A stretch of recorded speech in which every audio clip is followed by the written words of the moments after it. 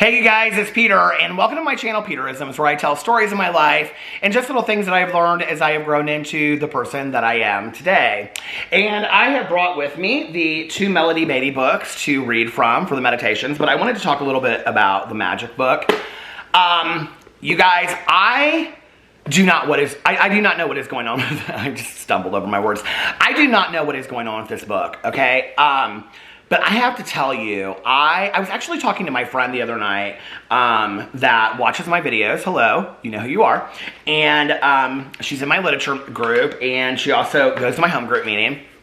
And she's doing this as well. And I was telling her about, and that was only after 2 days. And I was like, I'm just feeling so great. Not just grateful, but I feel so happy and positive. And now it's day 4. I think it's day 4, right? Yeah, it's day 4. And I am just I don't even know how to explain it. I just am so happy and so positive, and I'm just laughing all the time, and I'm in a good mood. And I don't know, it's just everything seems really, really good right now. And so if you haven't been keeping up, let me go through these. Day 1 was about counting your blessings, where you keep a gratitude list every single day. And then day 2, here, I'm going to put on my reading glasses, I'm sorry. And then day 2 was about the magic rock, I think. Yeah, day 2 was the magic rock. And then day 3 was magical relationships, and that was where you got 3 pictures of 3 people that were important to you. I actually did this in my phone, and I'll tell you who I picked. I picked Alex, my sponsor, and my best friend Tanya. And then you write down 5 things that you're grateful for them, and you read them out loud and say thankful or thank you.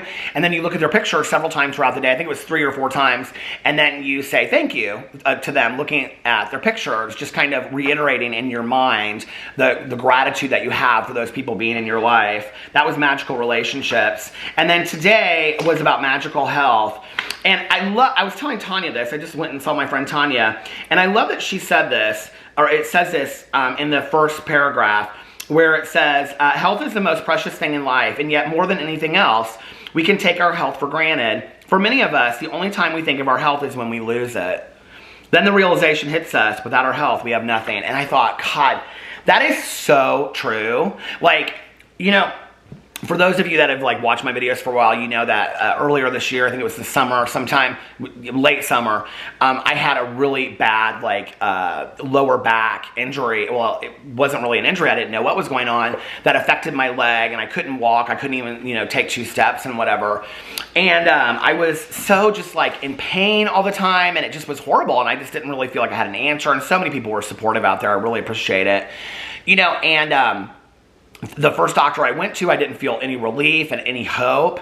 And the emergency, I didn't feel any hope. I mean, it just was horrible. And I finally got with a doctor, my husband's doctor, and ended up getting a shot in the nerve, which he said that after 2 weeks, I would know if it would go away. Well, now we're out 2 months, and it's still every once in a while I can feel it a little bit pinched right there, but almost every day it feels great. And I thought about that today. I thought, it was one day I was fine, and the next day I was out of commission. And you don't really realize how much, it's like me with my migraines. So for those of you that don't know, I have epilepsy.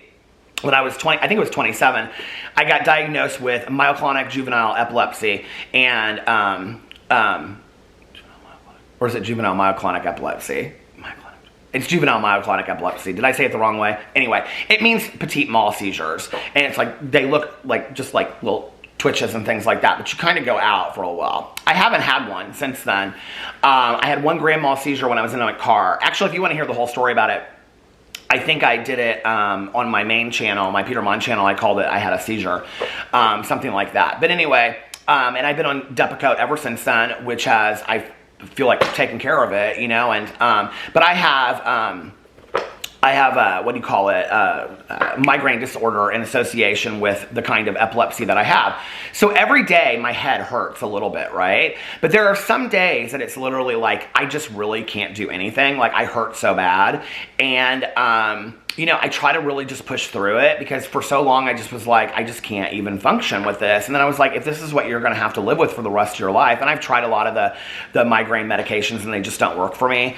And so, for a long time, actually, this is going to sound strange, but the only thing that really works for me is Aleve and naproxen. which people are like, well, that's not really for that. I'm like, well, that's what my doctor recommended, and that's the only thing that really works for me. For a while, I was taking Motrin, and that kind of seemed to help a little bit. I don't know. Maybe that was more headaches. I don't know. But anyway, you know, on those days that I am having like a horrific migraine, because there's a difference between a migraine and a headache. If you have migraines, you'll know what I'm talking about. It's more pressure in the head, and mine is like up here, it's in the front. And on those days, I'm just like, God, why can't I just feel normal today? Why can't I just feel good? You know, and that's how I felt with my leg. And I love that it said that in here. And so you go through here and you're grateful for each part of your body and even the organs working in your heart and your brain and everything, and your legs and your feet and your senses. I think sometimes we forget being so grateful for our senses, you know. And I just was reading this today, and then I did my gratitude list before that.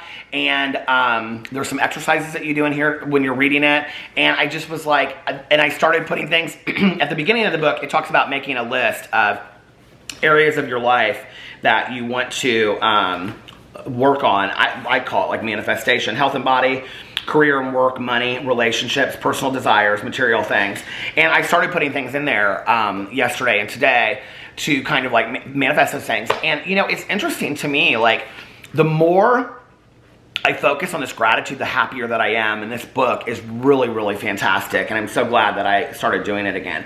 I don't think I completed this book when I did it before. I don't. I don't think maybe I've ever completed this book all the way through. So I'm really excited about, well, I do know I made it that far because I just saw the check to the universe. And I remember printing this out at the time that I did it. And you write a check to, maybe I have finished this. I don't know. Well, I guess we'll see, won't we? So anyway, if you haven't started this yet, I really encourage you to get the magic book. If you are doing it, let me know in the comment section below what you think. All right, let's get into the meditations today. November 12th. I just remembered it's one of my really good friends' birthday today. Let's see, I need to reach out to her after this and say a little happy birthday. Let's read this one. This one's about timing. This is from The Language of Letting Go, which is the sister book to Codependent No More. November 12th, timing. Wait until the time is right. It is self-defeating to postpone or procrastinate. It is also self-defeating to act too soon, before the time is right. Sometimes we panic and take action out of fear. Sometimes we take untimely action for revenge or because we want to punish someone. We act or speak too soon as a way to control or force someone to action. Sometimes we take action too soon to relieve feelings of discomfort or anxiety about how a situation will turn out. An action taken too soon can be as ineffective as one taken too late. It can backfire and cause more problems than it solves. Usually, when we wait until the time is right, sometimes only a matter of minutes or hours, the discomfort dissolves and we're empowered to accomplish what we need to do. In recovery, we are learning to be effective. Our answers will come. Our guidance will come. Pray, trust, wait, let go. We are being led. We are being guided. Today, this is like the thought for the day. Today, I will let go of my need to control by waiting until the time is right. When the time is right, I will take action.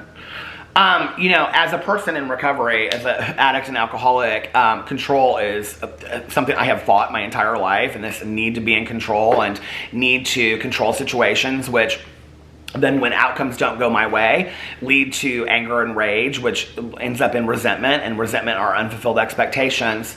So, you know, today I've really worked hard on letting go today in my life, I've really let go of, trying to let go of control or the needing to control outcomes and situations, because first of all, that's not how the world works. You know, it's not going to always be on my time. In recovery a lot, we talk about God's time. And that we often want things to happen. You know, I want what I want when I want it. And I want what I want when I want it now, right? But the reality is that is not how the world works. It just isn't, you know? And the more we try to force it to work that way, the more I feel like the world's going to work against us. Actually, and I've talked about this quite a bit, Melody Baby has these visual imagery things that she reads. I had it on a cassette tape. You might be able to, I don't know where you can find it now, but I loved these. I need to see if I can find them. I actually at one point looked them up and I couldn't find them, and then I thought, well, they have to be out there somewhere, right? I actually the other day was looking up Sandra Bernhardt's Without You, I'm Nothing, which is her her Broadway show that she did, or not Broadway, but her stage show that she did, and then they turned it into a movie. But I was looking for the stage show, the live version of it, because I used to have it on tape. I probably still do in my basement, and I would listen to it. I knew the whole thing by heart. So, isn't it funny though when you're looking for stuff and you can't find it online, and everything should be online at this point? You know, so anyway, but at one point I looked for the Melody Beatty visual imagery things and I couldn't find them. So I think I'm gonna look into that and see if I can maybe get the, download them somehow. Somebody is cooking. I don't know if it's my neighbors or what. It smells like spaghetti. It smells so good. Maybe I should have spaghetti for dinner. Oh my God, that sounds so good. But anyway, this has gone off all over the place. When I try to control things, when I try to make things happen the way that I want them to happen, they don't go that way. And you know, there's okay, this is what I was talking about. In her meditation, she talks about floating down the river of life, and you can feel the side, just going with the river, you know, just floating with the river, not trying to force your direction, not trying to force your way. One of the miraculous things that has happened in my life is that when I do that, when I float with the river of life and stop trying to control the outcome, magical things happen in my life. Things happen, and people come into my life that I didn't expect, you know, good people and good experiences, and all kinds of wonderful things happen that I never expected before, you know? So I think, like, sometimes when I'm just floating is when life happens the way that it's supposed to happen, when I stop trying to control it, you know? So just try it, even just for, you know, an hour or a day. Stop trying to control every outcome of your life and see what happens. You might get miraculous results. Anyway, that's all I'm going to read for today. I'll save the other book maybe for tomorrow. We'll see what we're going to read then. I hope you guys are having an amazing Thursday. I love you guys, and I'll see you tomorrow. Bye.